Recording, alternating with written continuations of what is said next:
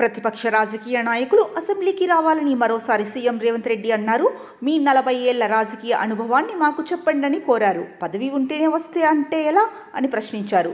మేము 10 ఏళ్లు ప్రతిపక్షంలో ఉన్నామని, ప్రతిపక్షంలో ఉంటే ప్రజల పక్షాన పోరాడాలని హితవు పలికారు. ఏ రోజు తాను సీఎంగా అహంకారానికి పోలేదని చెప్పారు.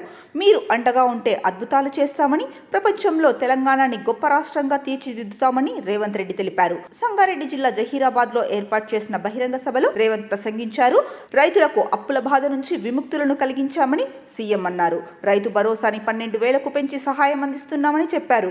భూమి లేని రైతులకు కూడా సహాయం అందిస్తున్నామన్నారు. వరి వేసుకుంటే ఉరే అని ఆనాటి సీఎం అన్నారని, కానీ నేడు వరి పంటకు బోనస్ ఇస్తున్నామన్నారు. 18 నెలల్లో మహాలక్ష్మి పథకం కోసం 5,500 కోట్లు కేటాయించామని, 1 కోటి మంది మహిళలను కోటీశ్వరులు చేయాలన్నదే తమ లక్ష్యమని పునరుద్ఘాటించారు. మిస్ వరల్డ్ కాంపిటీషన్కి వచ్చిన వారు మన ఆడబిడ్డలు చేసిన వస్తువులను చూశారన్నారు. మహిళలే బస్సులు కొని ఆర్టీసీకి కిరాయికి ఇచ్చేలా చర్యలు తీసుకుంటున్నట్లు వివరించారు. ఇందిరమ్మని ఆదర్శంగా తీసుకుని సోనియమ్మ స్ఫూర్తితో ఆడబిడ్డలు ఆర్థికంగా నిలదొక్కునేలా చేస్తామని భరోసా ఇచ్చారు. ఇక తెలంగాణ ఉద్యమంలో కీలకంగా ఉన్న యువతకు గత 10 ఏళ్లుగా ఉద్యోగాలు లేవని సీఎం అన్నారు. తెలంగాణ ఉద్యమంలో తాను ముందున్నా అన్న వ్యక్తి ఇంట్లో మాత్రం అందరికీ ఉద్యోగాలు వచ్చాయని విమర్శించారు. నిరుద్యోగ యువతకు ఉద్యోగ ఉపాధి కోసం చర్యలు తీసుకుంటున్నామని, మీ అందరూ అండగా ఉంటే ఈ ప్రాంతాన్ని అభివృద్ధి చేయడమే లక్ష్యమని చెప్పారు. రాష్ట్రానికి రావాల్సిన నిధుల కోసం ప్రధాని మోడీని ఎన్నిసార్లు అయినా కలుస్తారని స్పష్టం చేశారు. చెరువు మీద అలిగితే మనకే వాసన వస్తుందని ఒక ఆయన అలాగే అలిగి ఫామ్ హౌస్లోనే పడుకున్నారని తీవ్రంగా విమర్శించారు. నేను మీకోసం పని చేస్తా, కష్టపడతానని సీఎం రేవంత్ రెడ్డి స్పష్టం చేశారు.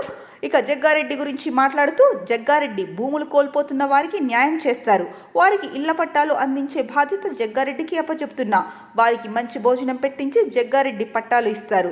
జహీరాబాద్ అభివృద్ధి కోసం ప్రత్యేక సమీక్ష చేసి నిధులు మంజూరు చేస్తాం. ఎన్నికలు వచ్చినప్పుడే రాజకీయాలు, ఆ తర్వాత అభివృద్ధి మన అజెండా.